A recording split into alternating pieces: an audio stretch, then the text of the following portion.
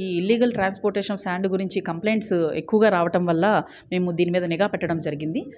రాష్ట్ర ప్రభుత్వం ప్రతిష్టాత్మకంగా అందరికీ ఉచితంగా ఇసుక అందించాలనే ఉద్దేశంతో ఒక టెండర్లను పిలిచి కూడా ఇక్కడ ఒక శాండ్ స్టాక్ పాయింట్ అనేది అలాట్ చేయడం జరిగింది. మన ఆటో నగర్లో దాన్ని ఏర్పాటు చేయడం జరిగింది. అయినా కూడా ఇల్లీగల్గా ఈ వివిధ ప్రాంతాల నుంచి శాండ్ అనేది అక్రమంగా తరలిస్తున్నారు. ఈ విషయం మీద మాకు కంప్లైంట్లు రావడంతోనే మొన్న శుక్రవారం రోజున శాండ్ విజిలెన్స్ వాళ్ళు ఒక 3 వెహికల్స్ని పట్టుకోవడం జరిగింది. అలాగే శనివారం రోజున మాకు వచ్చిన కంప్లైంట్ ఆధారంగా మేము బీసీ రోడ్లో ఒక స్టాక్ పాయింట్లో వేస్తున్న ఇసుకని ఒక లారీని సీజ్ చేయడం జరిగింది. అలాగే ఈరోజు కూడా మాకు ఉదయాన్నే వచ్చిన కంప్లైంట్ ఆధారంగా మేము ఆటోనగర్లో 3 వెహికల్స్ని సీజ్ చేయడం జరిగింది. ఎక్కడ కూడా డెలివరీ డీటెయిల్స్ అనేవి ప్రాపర్గా ఉండటం లేదు. అందువల్ల వీటి మీద ఈరోజు పట్టుకున్న ఈ 3 మీద మేము ఎంక్వైరీ చేస్తున్నాము. ఆ బిల్స్ని అదర్ డాక్యుమెంట్స్ అన్నింటినీ పరిశీలించిన తర్వాత పూర్తి స్థాయిలో దీని మీద మేము వివరిస్తాం. Thank you. 3 లారీలు పట్టుకున్నామండి. ఒకటి 36 టన్స్ అనేది బిల్ మీద ఉంది, ఇంకోటి కూడా 36 టన్స్ ఉంది, ఇంకొకటి కూడా 20 అబవ్ టన్స్ పట్టుకోవడం జరిగింది.